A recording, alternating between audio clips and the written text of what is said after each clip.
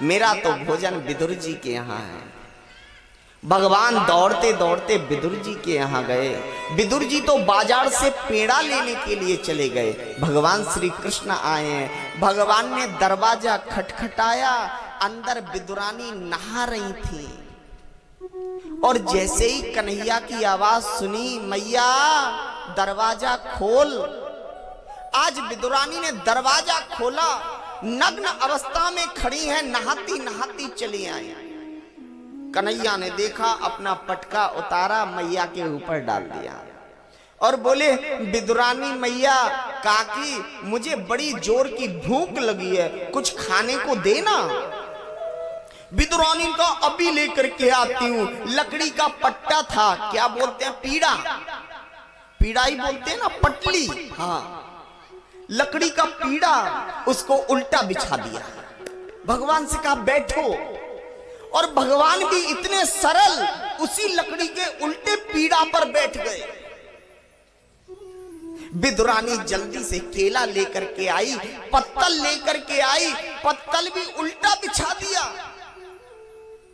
और केला को छील रही है तो केला का जो छिलका है वो तो पत्तल में रख रही है, केला के अंदर का जो भाग है उसको फेंक दे रही है।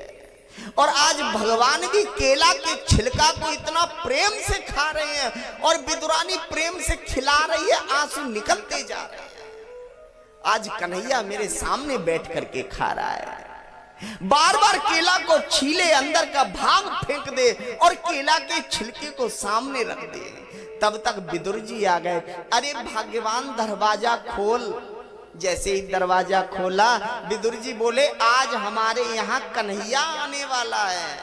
विदुरानी बोली, आने वाला नहीं है, वो तो आ गया है, आ गया।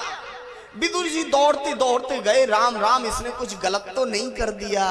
अंदर जाकर क्या देखते हैं कि केले की जो अंदर का भाग है, गुदा जो है वो बाहर पड़ा हुआ है और भगवान श्री कृष्ण तो केले के छिलके को खा रहे हैं, केला का छिलका खा रहे हैं भगवान। विदुर जी जोर से कन्हैया जी को हड़बड़ाए, अरे कन्हैया ये क्या कर रहे हो, केला का छिलका खा रहे हो। कन्हैया बोले, काका सच सच बताऊं, मुझे तो पता ही नहीं चला कि मैं केले का छिलका खा रहा हूं या केले के अंदर का भाग खा रहा हूं, मुझे पता नहीं चला। आज विदुर जी ने पेड़ा रखे सामने। कन्हैया ने जब वो पेड़ा खाए तो विदुर जी से बोले, काका सही सही एक बात बताऊं। विदुर जी बोले, बताओ भैया क्या बोलना चाहते हो। कन्हैया बोले, काका जो स्वाद केला के छिलका में आ रहा था वो स्वाद इन पेड़ा में नहीं है, इन पेड़ा में वो स्वाद नहीं है। ऐसा कन्हैया उदार हैं, एक बार तुम बुलाओ तो है? कन्हैया को नाचने के लिए बोलोगे ना, वो नाचने लगेंगे। उसके लिए आपको गोपियां बनना पड़ेगा। कन्हैया को कहोगे खाओ बैठ करके, खाने लगेंगे। उसके लिए आपको सबरी बनना पड़ेगा।